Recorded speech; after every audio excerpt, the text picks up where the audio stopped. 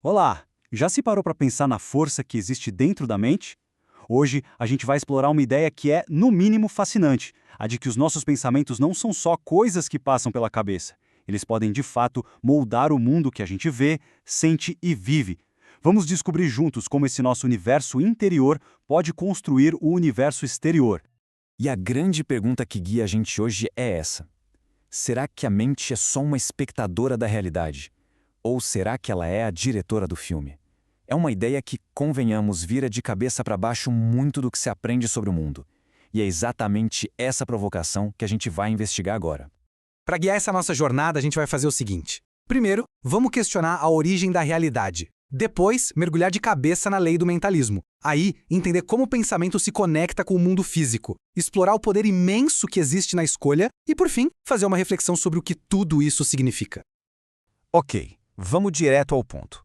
Antes de falar em transformar a realidade, a gente precisa se perguntar, afinal, do que ela é feita? Qual é a essência dela? É bem aqui que a nossa exploração começa para valer. A proposta aqui é ao mesmo tempo radical e incrivelmente simples. Pense em qualquer coisa criada pela humanidade: uma cadeira, um celular, um prédio, uma música. Onde tudo isso existia antes de se tornar algo físico. Exato. Começou como uma ideia, um pensamento na mente de alguém. E essa percepção de que tudo começa na mente não é só uma observação interessante, sabe? Ela é a base do nosso tópico principal. Um princípio que é apresentado não como uma simples filosofia, mas como uma lei fundamental que governaria a nossa existência. E o mais fascinante é notar que isso não é um conceito isolado. O mentalismo é, na verdade, o primeiro de 7 princípios universais, e todos eles estão conectados. Ele é a fundação, sabe? O ponto de partida essencial para uma compreensão muito mais ampla das coisas.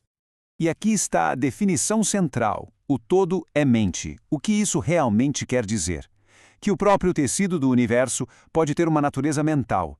A realidade que a gente toca e vê, o mundo lá fora, seria na verdade um reflexo, uma projeção do que acontece aqui dentro. E o que isso significa na prática, no dia a dia? Bom, a implicação é gigantesca. Se a realidade é um espelho da mente, então dominar os próprios pensamentos é a mesma coisa que pegar o controle remoto da própria vida. É uma afirmação de poder pessoal radical. Certo, mas como isso acontece de verdade? Como um simples pensamento, algo tão etéreo, se transforma numa experiência concreta, em algo real? Vamos tentar desvendar esse processo criativo. Esse processo pode ser visto em 3 passos bem simples. Primeiro, vem a semente, o pensamento inicial. Depois, a energia. A gente nutre essa semente com o nosso foco e, o que é crucial, com a nossa emoção. E, finalmente, a realidade.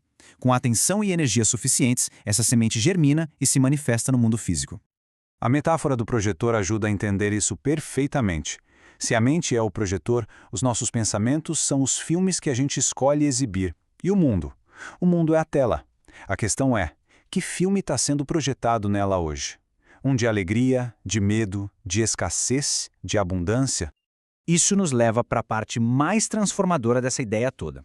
Porque entender o princípio é só o primeiro passo. Usar isso ativamente é aí que a coisa acontece. E tudo se resume a uma única palavra: escolha. Esse contraste aqui mostra bem 2 formas de viver. De um lado, tem a mentalidade reativa, aquela do "a vida acontece para mim", onde a gente se sente à mercê das ondas, meio que uma vítima das circunstâncias. Do outro lado, a mentalidade criativa. Eu crio a minha realidade, onde se pega o pincel e a pessoa se torna arquiteta da própria vida. A verdadeira liberdade, a soberania sobre a própria vida, talvez resida exatamente aqui, na capacidade de escolher conscientemente quais pensamentos vamos alimentar. Não se trata de silenciar a mente, mas sim de decidir qual voz interior merece o nosso microfone. Chegando ao final da nossa exploração, a intenção não é ditar uma verdade absoluta. É muito mais oferecer uma nova lente, um novo conjunto de ferramentas para que cada um possa examinar a própria experiência de vida. Então, o que a gente leva daqui? Primeiro, que os pensamentos são sementes criativas. Segundo, que o mundo externo pode funcionar como um grande espelho do nosso mundo interno. Terceiro, que o poder de mudança começa dentro da mente.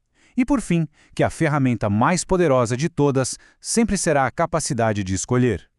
E assim, a gente encerra com uma pergunta, não uma resposta. Uma pergunta para reflexão, que respeita totalmente a soberania de cada um. Se a premissa de que os pensamentos constroem a realidade for aceita, a questão que vem naturalmente é: que realidade se escolherá, de forma consciente criar a partir deste momento?